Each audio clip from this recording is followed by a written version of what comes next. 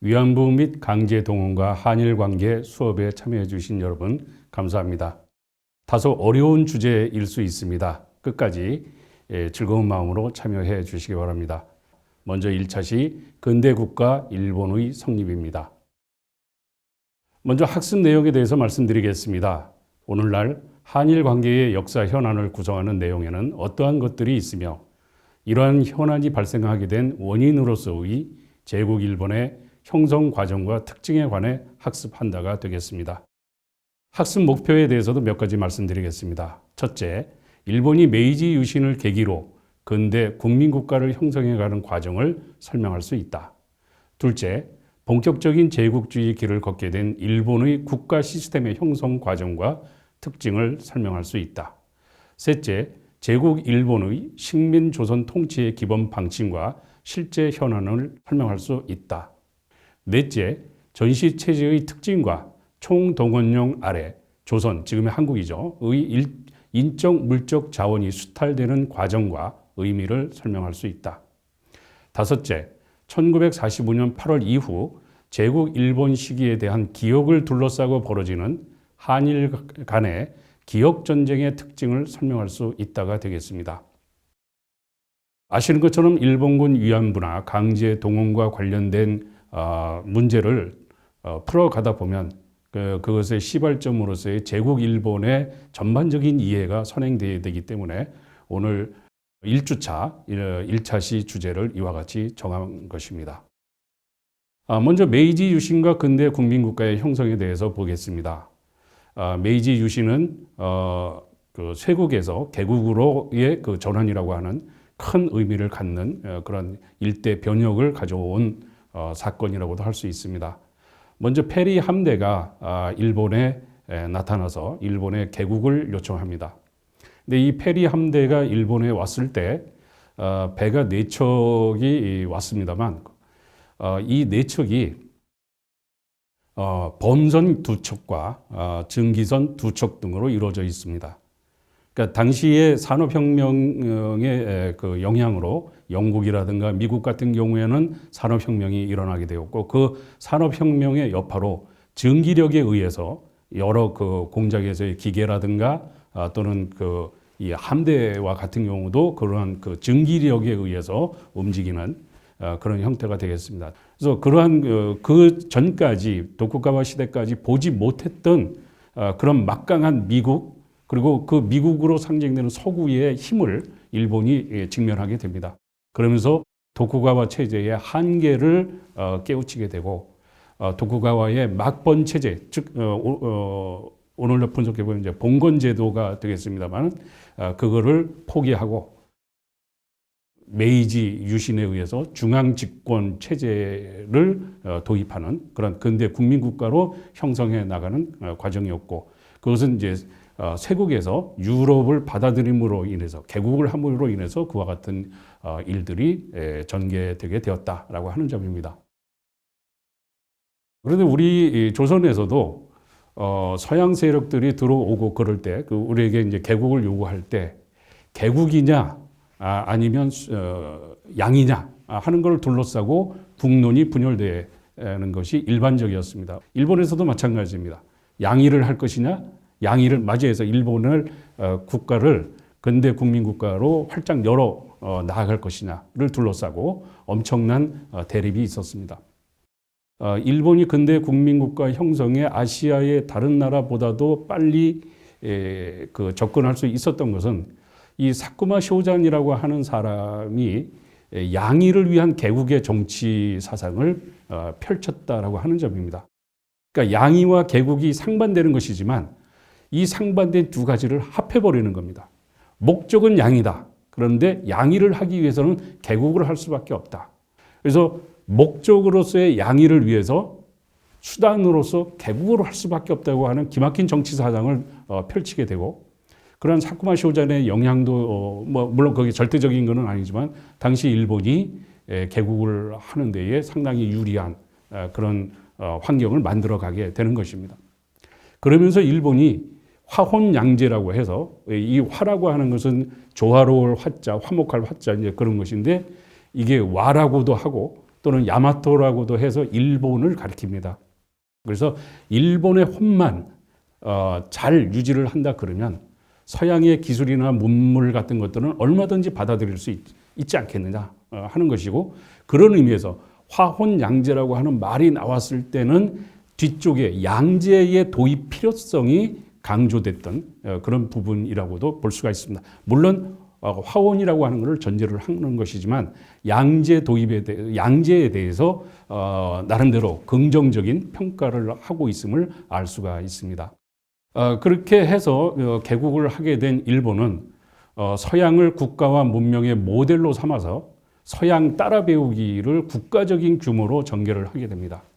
그러면서 문명과 야만이라고 하는 이분법을 펼치게 되는데 문명을 위해서는 일반인들에 대해서 적절한 교육을 해서 뭔가 읽고 쓰는 능력을 다 길러야 된다. 그러니까 문맹률을 저하시키기 위해서 노력을 해야 된다.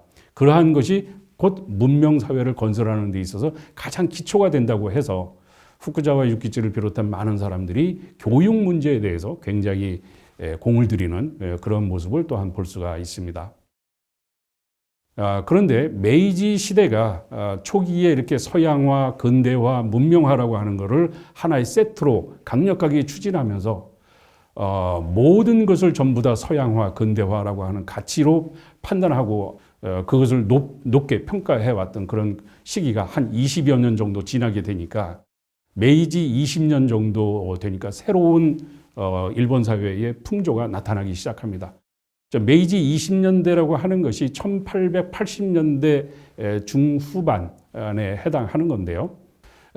그런 시기에 바로 이제 국수주의가 대두됩니다. 그러니까 허구헌날 서구적인 가치를 수용하다 보니까 모든 게 서구, 서양 이런 식으로 하니까 그러면 일본적인 가치는 어디 갔는데 일본에도 아름다운 것들이 상당히 많은데 그러한 것들을 보다 더 집적을 해서 그것을 서양이나 다른 나라에 발산하는 것도 필요하지 않느냐라고 하는 점에서 일본의 전통적인 가치를 복원하고자 하는 그래서 국수주의라고 하는 사조가 대두하게 됩니다. 여기서는 근대화가 화혼 양제 가운데 양제를 좀 상대적으로 중시했다 그러면 이러한 메이지 20년대의 국수주의가 대두되는 배경에서는 화혼 양제 중에서 화혼에 더 방점을 찍는 그러한 분위기가 되겠습니다. 국수주의 등장에 관련해서 살펴보면 주요한 인물로 몇 사람을 들 수가 있는데 시가 시게다카 이 사람은 등산가입니다. 이 사람의 일본 풍경론을 보면 일본 전역이 아름답지 않은 곳이 없다. 오카쿠라 텐신의 차 이야기는 굉장히 문화적이고 문명적이고 그런 것인데 이 차 속에 일본인들의 정신이 들어있다. 미야케 세스레이의 진선미 일본인 물론 추악한 일본인 같은 책도 있지만 진선미 일본인 착하고 선하고 아름다운 일본 그리고 구가 가스난의 근시 정론고 같은 경우도 이 국수주의를 대표하는 그런 책이고 인물이 되겠습니다.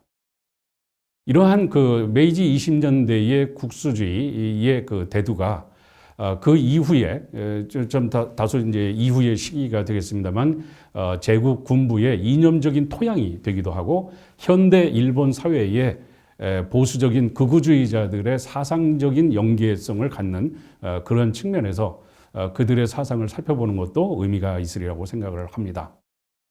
근대적인 국가 시스템 정비와 관련된 측면을 보면 먼저 헌법입니다. 메이지 헌법을 만드는데요. 메이지 헌법을 제국 헌법이라고도 부르는데 이 메이지 헌법은 기본적으로 천황 주권을 명확하게 한 그런 헌법이 되겠습니다. 흠정 헌법이라고 하는데요. 이거는 천황이 주지 않아도 되는, 일반 백성에게 부여하지 않아도 되는 헌법을 천황이 스스로 만들어서 일반 국민에게 제시했다라고 하는 것이고, 천황이 스스로 만든 것이기 때문에 이 헌법은 천황만이 바꿀 수 있는 것이지 일반 민중들이 메이지 헌법을 바꿔야 된다, 개헌해야 된다, 이런 얘기를 할 수 없다 하는 것인데, 사실은 이 메이지 헌법에 대해서는 이토 히로부미가 상당히 그 기초 작업을 했는데, 그 부분은 싹 빼버리고 메이지 천황이 모든 걸 다 했다 하는 식입니다.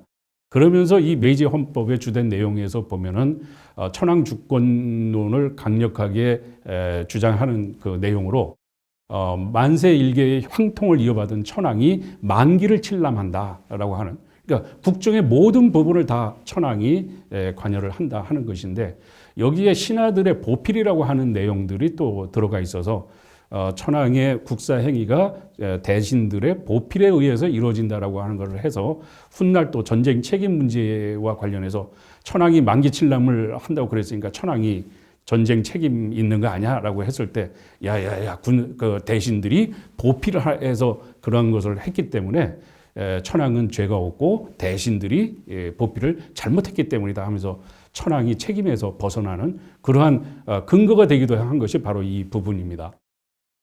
그리고 이 헌법을 개설한 이후에 의회를 개설하는데요. 일본 의회가 처음부터 양원제가 됐습니다. 그런데 양원제에서 의회가 개설되기는 했지만 오늘날과 같은 내각 책임제와 같은 것은 아니었습니다. 의회는 존재하지만 내각 책임제라고 한다면 의회에서 다수파를 형성한 쪽에서 수상을 내지만, 당시에는 천황이 수상을 임명한 것이었습니다. 그래서 의회에서 다수파를 형성한다, 형성하지 않는다, 아무런 관계가 없었습니다. 그리고 의회가 개설됨으로 인해서 정통적인 정당 정치인이 등장하는 계기가 되었다라고 하는 점을 들 수가 있습니다. 그리고 자유민권 사조가 이제 등장하게 되면서 민의를 수렴하는 그런 그 활동이 이루어지게 되는데, 조금 전에 말씀드린 것처럼 그러나 자유민권 사상이 확산되기는 했지만 헌법 개정을 논의하는 것 자체가 방금 말씀드린 것처럼 그 자체가 천황의 그 하사품이기 때문에 할 수 없다. 논의 자체가 불가능하다라고 하는 것이고, 그래서 메이지 헌법에 대해서는 해석 개헌만이 이루어졌다. 그리고 자유민권이라고 하더라도 모든 것에 대한 그 사상을 다 수용하고 인정하고 그러는 것이 아니라, 사회주의와 관련된 그 내용은 아무리 자유민권이 확산된다 하더라도 그거는 금지시킨다. 왜 그러냐면 사회주의 자체가 천황제를 부정하는 것이기 때문에 사회주의는 금지한다라고 하는 게 굉장히 큰 측면입니다. 예, 이상으로 근대국가 일본의 성립에 대해서 설명을 드렸습니다. 감사합니다.